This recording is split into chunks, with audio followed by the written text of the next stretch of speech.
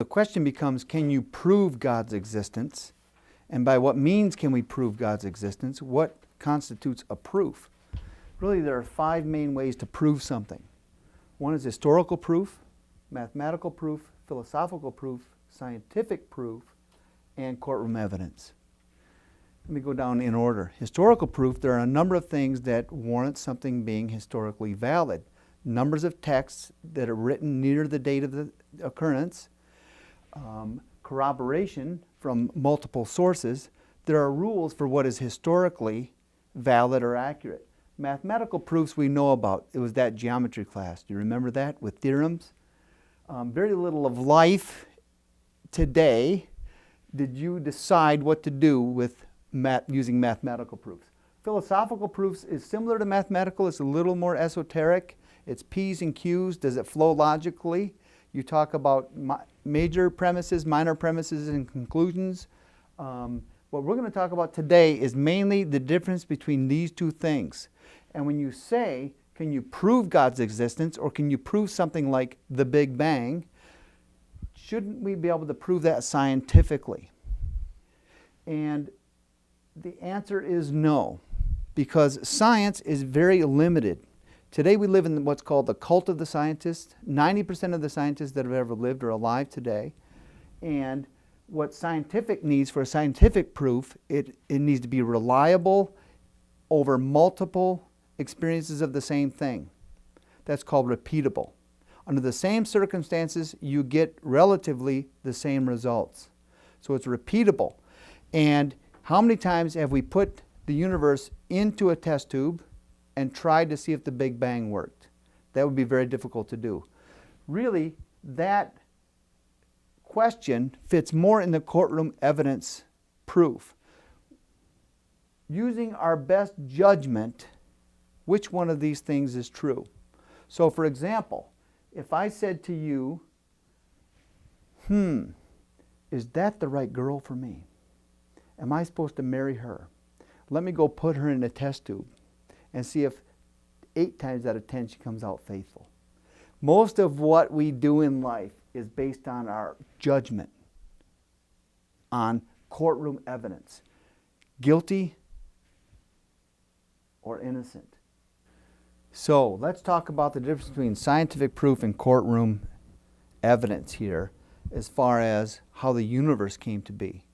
What would be very difficult, like I mentioned, is to be able to go back and reproduce the primordial slime, as the evolutionary biologists call it, and say, when did it first swerve and blip and morph into a living being?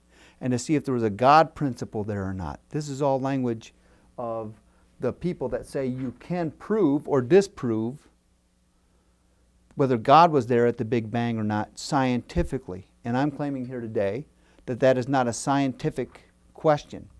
The question is, like this painting here, if your life depended on it and you had to guess if these colors fell randomly onto that piece of paper, that's door number 1, or door number 2 was someone actually designed it and put those colors in a pattern on purpose, and your life depended on it, and you had to use your best judgment, which would you choose? It really is that simple. The disconcerting thing for Christians is God asks us to make a judgment call. He lays truth out there in the universe, revealed to all.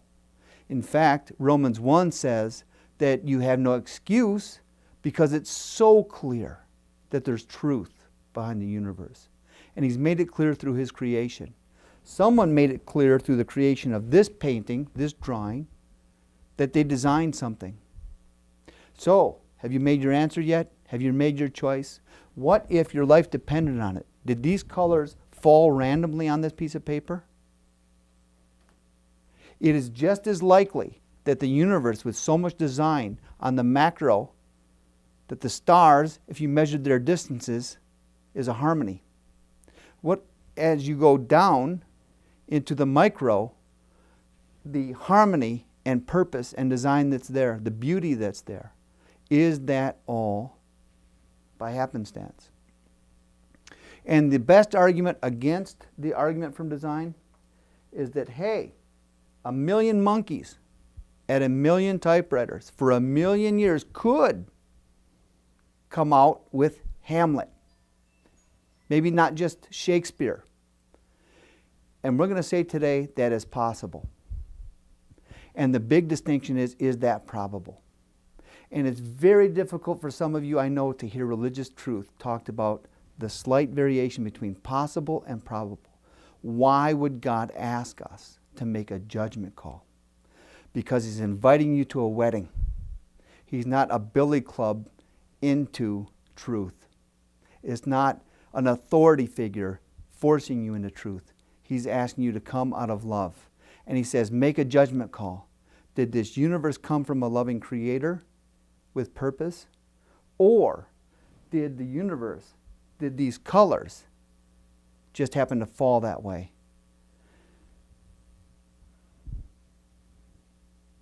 God's existence, God's love, who you marry, what career you choose, is not scientifically proven. It's courtroom evidence. You make a judgment call based on the facts that are at your fingertips. And that is good enough to base your life on. We all base our life on evidence.